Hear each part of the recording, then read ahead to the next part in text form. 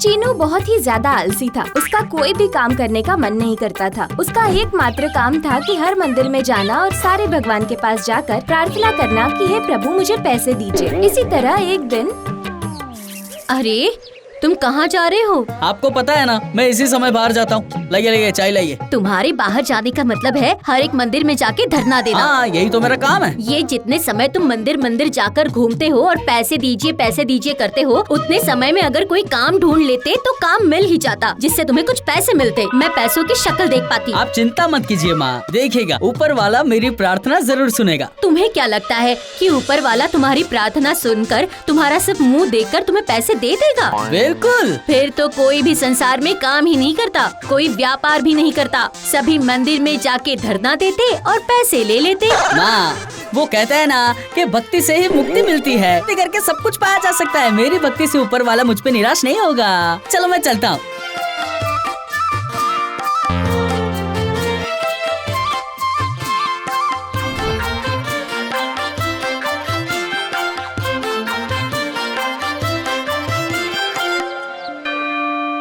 हे ऊपर वाले, मुझे पैसे दीजिए, मुझे पैसे दीजिए ऊपर वाले, मैं आपका भक्त हूँ, कृपा कीजिए।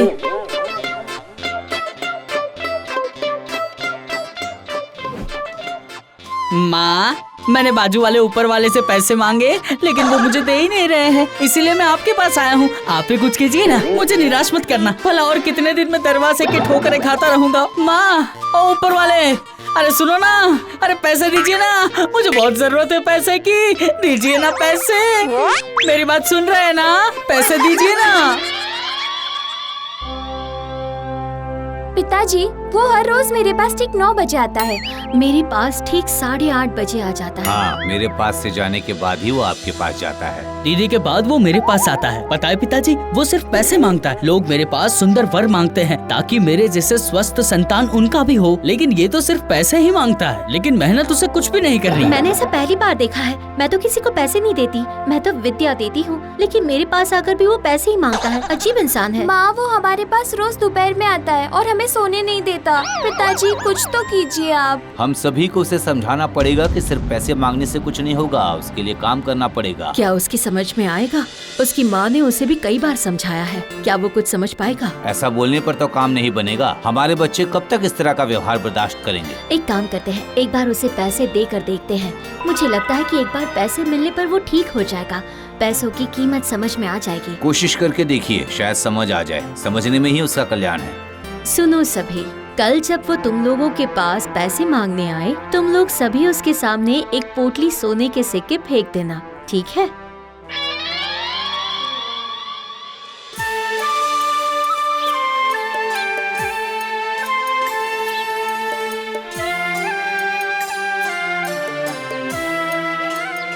हे ऊपर वाले, मुझे पैसे दीजिए ना, दीजिए ना पैसे।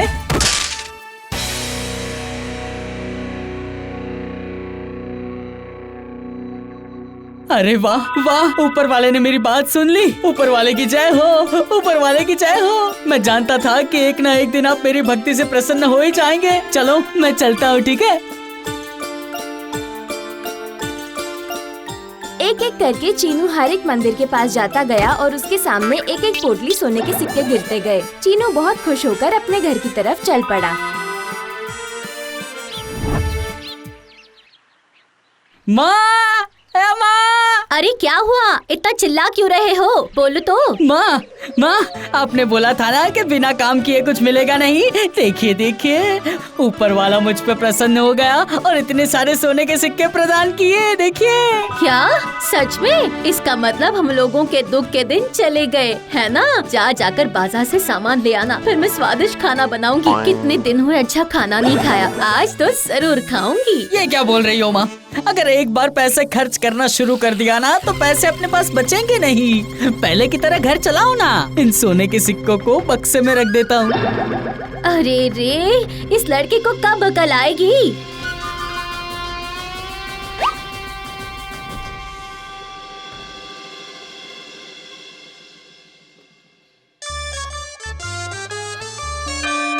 हे ऊपर वाले पैसे दीजिए ना। हे ऊपर वाले पैसे दीजिए। क्या हुआ? तुम सभी ठीक तो हो ना? माँ आप क्या बोल रही है? मुझे कुछ भी सुनाई नहीं दे रहा। क्या सर्वनाश हो गया? माँ मेरा सर घूम रहा है, हर वक्त पैसे दीजिए पैसे दीजिए पैसे दीजिए। माँ मेरे कान में दर्द हो रहा है। माँ मैं वीणा की आवाज सुन नहीं पा रही हूँ, मैं कैसे रियाज कर पाऊंगी बताइए? अब ये सब सहन नहीं हो रहा, मैं अभी तुम्हारे पिताजी से बात करती हूँ। अजी सुनिए। हाँ बोलो। कुछ कीजिए, ये हर दिन हर एक घंटे पैसे दीजिए की आवाज सुनते सुनते बच्चों की तबीयत खराब हो रही है। ऐसे तो वो दूसरे भक्तगणों की आवाज सुन ही नहीं पाएंगे ना, कुछ कीजिए। मैंने तो पहले ही बोला था नहीं, अब उसे सबक सिखाना पड़ेगा, कुछ न कुछ उपाय खोजना पड़ेगा। जो भी करना है जल्दी कीजिए, ऐसा ही अगर कुछ दिन और चलता रहा तो मैं भी बच्चों की तरह बहरी हो जाऊंगी। चीनू एक मंदिर से निकलकर दूसरे मंदिर की तरफ जा रहा था। तभी उसी वक्त एक आदमी चीनू के सामने आकर खड़ा हो गया। क्या भाई तुम कहाँ जा रहे हो? ऊपर वाले के पास। क्यों? देखिए ना, ऊपर वाले ने मुझे एक बार पैसे दिए, अब तो पैसे दे ही नहीं रहे। बहुत होशियार है ऊपर वाला। ओह तो तुम्हें पैसे चाहिए? अरे हाँ, इसलिए तो यहाँ पे आता हूँ। अच्छा अच्छा अच्छा, तुम मेरे साथ मेरे घर चलो। मेरे घर में मेरी पत्नी है, पत्नी तुम्हें पैसे देगी। उससे जो कोई भी मांगता है वो खाली हाथ वापस नहीं आता। सच में? और क्या, बिल्कुल। उसके पास जाकर पैसे मांगना, ठीक है? चल चल।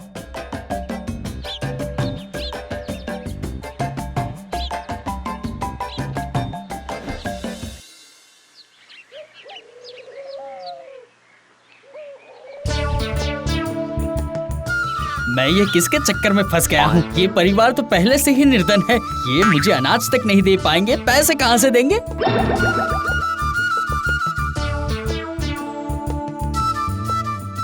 मेहमान को खाना दो बेटी।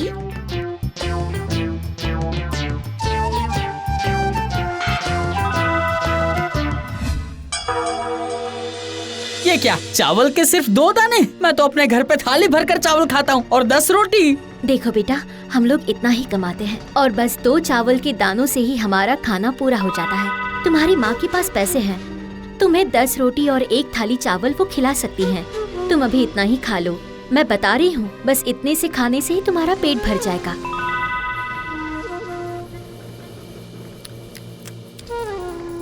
वाह, पेट तो भर गया, मन तृप्त तो हो गया, लेकिन सिर्फ चावल के 2 दानों से? ये तो बहुत ही ज्यादा अजीब बात है।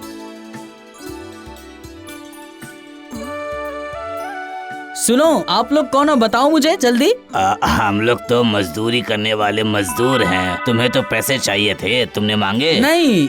ये क्या, क्यों? मांग कर तो देखो। मेरी पत्नी किसी को भी खाली हाथ वापस नहीं जाने देती है। जिसे जो चाहिए होता है उसे वही मिलता है, तुम्हें भी मिलेगा। मैं क्या मांगूंगा, मुझे आप लोग को देख के दया आ रही है। मुझे ऐसा लग रहा है कि आप लोगों से मांगने से अच्छा मेरे पास जो पैसे है मैं आपको दे दूं, ठीक कहा ना? लेकिन तुम्हारे मांगे बगैर भी मैं तुम्हें कुछ दूंगा। हाँ। दोगे? मुझे दे दो, चलो जल्दी दो। ये लो, मैं तुम्हें हम सभी के कान देता हूँ। अरे बाप रे, ये कैसी आवाज है? अरे बाप रे, अरे इतनी सारी आवाज कहाँ से आ रही है? मुझसे बर्दाश्त नहीं हो रहा है, सच में बर्दाश्त नहीं हो रहा है। अरे ये सब बंद करो, बंद करो। इंसानों की पुकार सुनो, तभी तो समझ में आएगा। हाँ। ये सब आलसी है, बिना परिश्रम किए सिर्फ मांगते रहते हैं, दीजिए ना दीजिए ना। हाँ, उन लोगों को आप बोल नहीं सकते कि खुद का काम खुद ही कर ले। तुम भी तो इन्हीं सबके जैसे हो, खुद के बारे में क्या बोलोगे? हाँ बताओ। मैं सब कुछ समझ गया, मुझे माफ कर दीजिए।